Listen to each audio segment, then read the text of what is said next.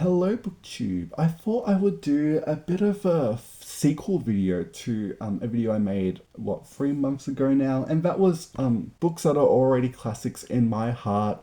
In that video, I gave you 18 books that I hope that will be remembered, published after the year 2000. And it was a very long list, and I thought, why not surprise you with a sequel video?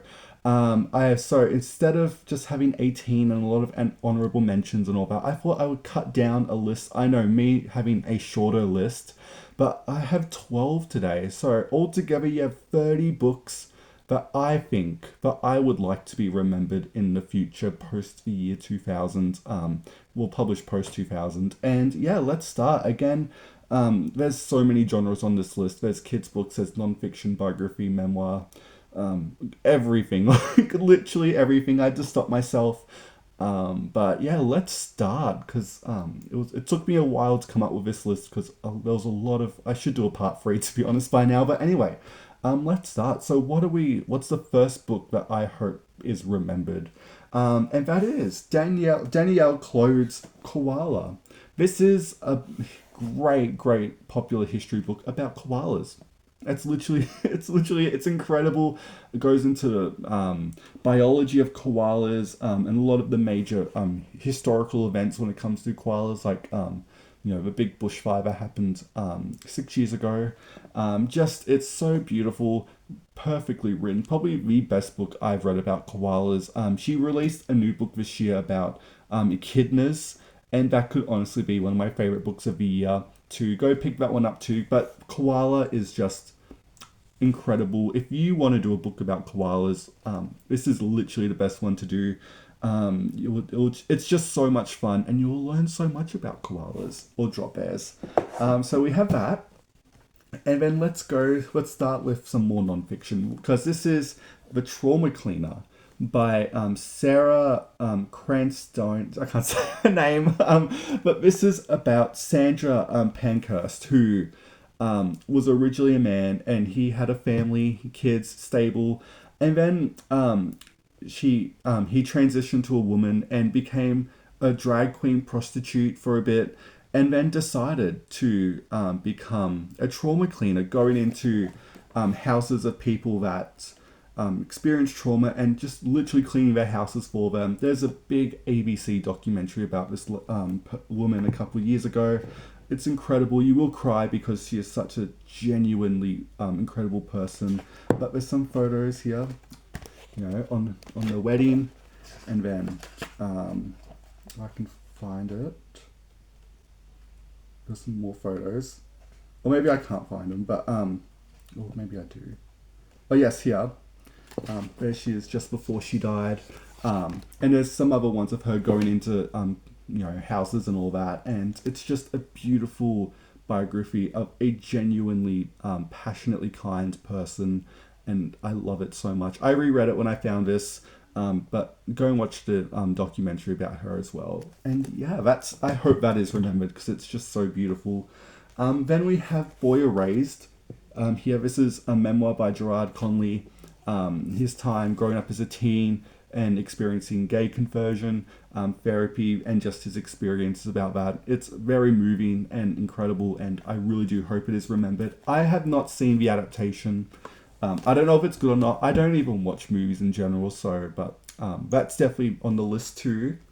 We have some more gay books. I don't know why there's so many gay books here, but The In Between by Christos Tsiolkas. I think that's how you say it.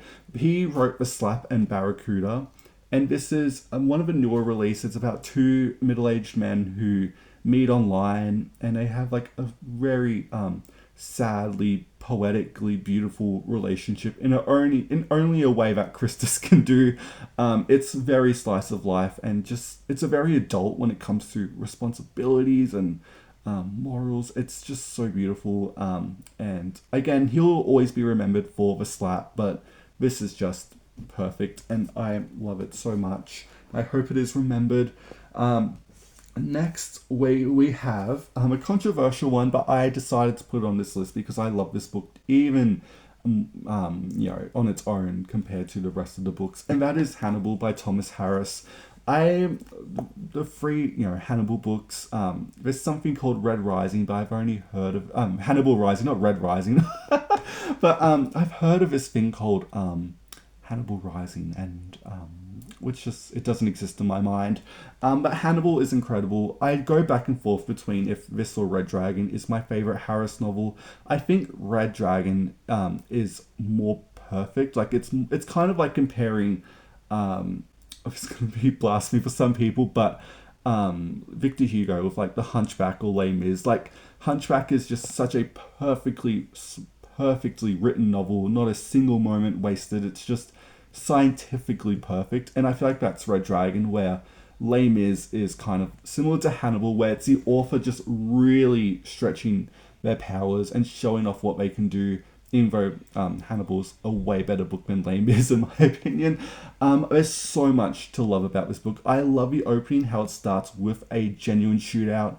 I love the premise of Hannibal. I love that Clarice is, literally having a crisis. She's lost her job with the FBI. I love that she's at such a low point, and that's when Hannibal comes back with his letter. I love that the main villain is a previous Hannibal victim.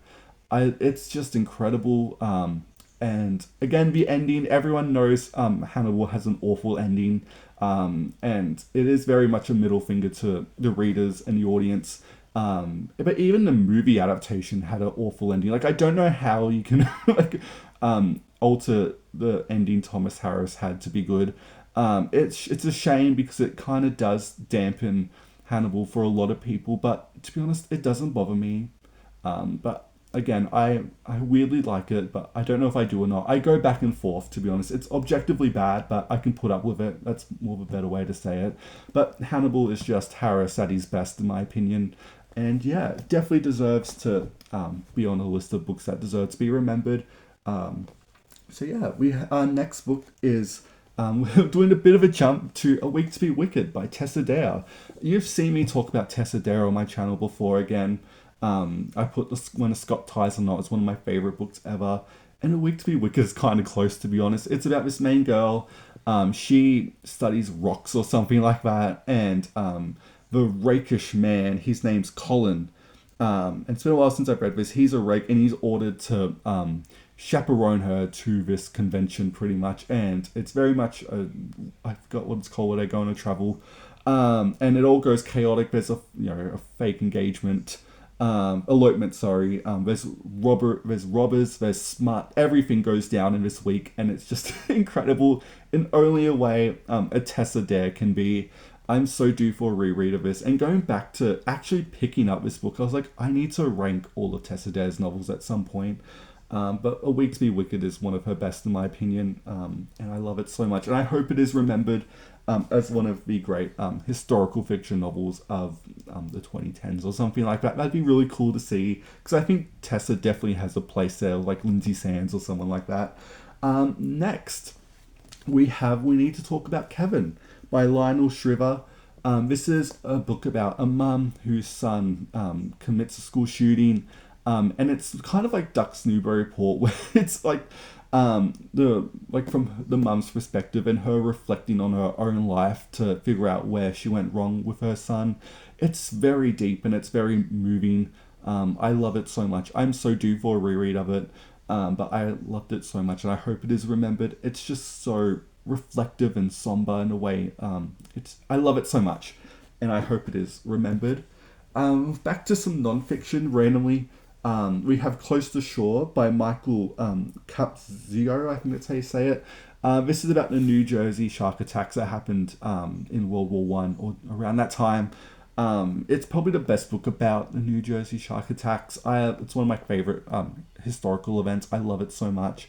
I've read every book about them. There's not that many, but this is easily, I think, the best. Again, there's 12 Days of Terror, but that's a bit more just here's the facts, where Close to Shore is way more a narrative, non-fiction about what happened. The writing here is just absolutely incredible. I was on the edge of my seat the entire time reading this. And again, this could be a book I go back to every year. I just love it so much. And yeah, I hope this is remembered. because it's just so beautifully written, and the accounts he weaves in, it's just perfect, and I love it so much. Again, I know I'm saying that a lot. I'm looking down at my list because there's some books I don't have, and we're going to talk about one of them, and that's The American People by Larry Kramer. I read this when it came out. I've silenced. It's so moving and powerful. The first volume is about the gay history of America. It's humorous, it's sad, it's incredible. But then volume two, oh my god, it's one of the greatest things I've ever read. It's about Larry's life, from a man who knew he was dying. It's two big volumes. I have them as an ebook now, so I want to go back to them because it's so expensive to buy them over here. But The American People, oh my god, one of my favorite books, like literally ever, and I'm due for a reread of them, but they're unflinchingly earnest. Like, I can't even describe how impactful they are. And especially what two books to go out to end your career is just, it's incredible. And it's just silencing. Like, I love it that much. Next, again, I don't own this one. No One Cares About Crazy People by Ron Powers. He done a great big biography of Mark Twain, which is incredible. I recently saw Steve recommend this book recently, and that kind of sent me into a loop because I was like, oh my god, I literally just finished reading it because I read it this month, and like only a couple of days later Steve mentioned it. I was like, oh my god, it's a sign, it's got to be on the list. And it's pretty much the Ron Powers, and talking about his two sons who both have schizophrenia. And it's also like a good mixture of the history of the treatment of schizophrenia in America, and like a lot of like the healthcare system around that. It's just so touching. It's so sad what happens to one of his sons.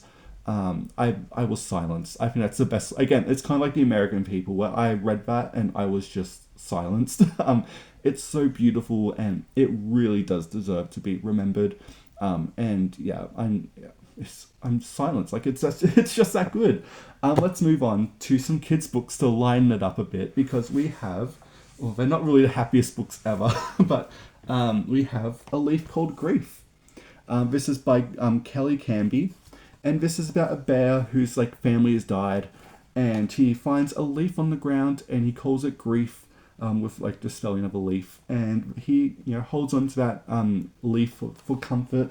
And the illustrations are just so beautiful. Again, you got the family ghosts around, and the leaf gives the bear company and all that.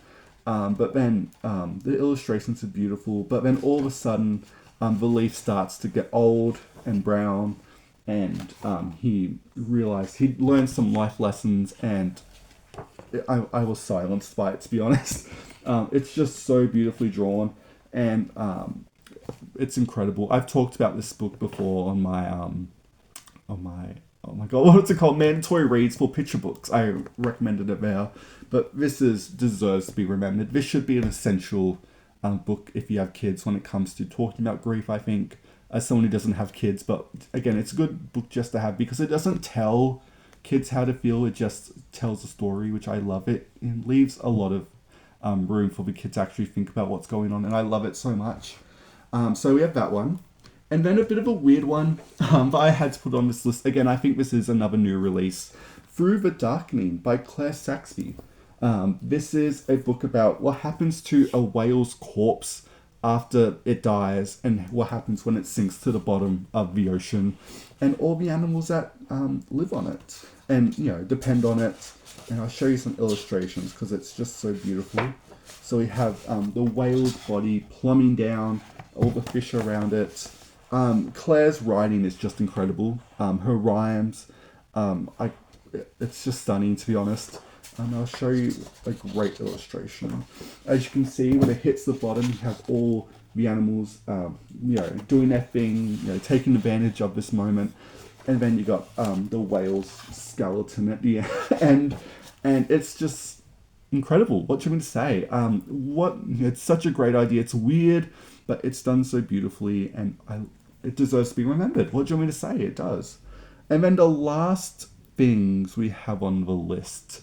A bit of a weird one to end, but this is honestly one of my favorite books ever. It's another 3 volume set. Again, I already gave you the American People. You can have more multi-volume books. And that is the one and the only Margaret Thatcher by Charles Moore. I have all three of them as a hardcover. This is honestly one of my favorite biographies ever. Say what you want about Thatcher, but it's just stunningly written. There's not a single wasted word. It's perfect. It's literally perfect biography in my opinion. All three volumes. It doesn't drop for a second. It's so consistent. I have this along with Thatcher's two volumes she wrote about her own life. I forgot what the first volume's called, but the second one's called The Downing Street Years. Those are on my bedside table randomly. Maybe it's like a good luck charm or something like that. I don't know why Thatcher's protecting me in my dreams or something like that.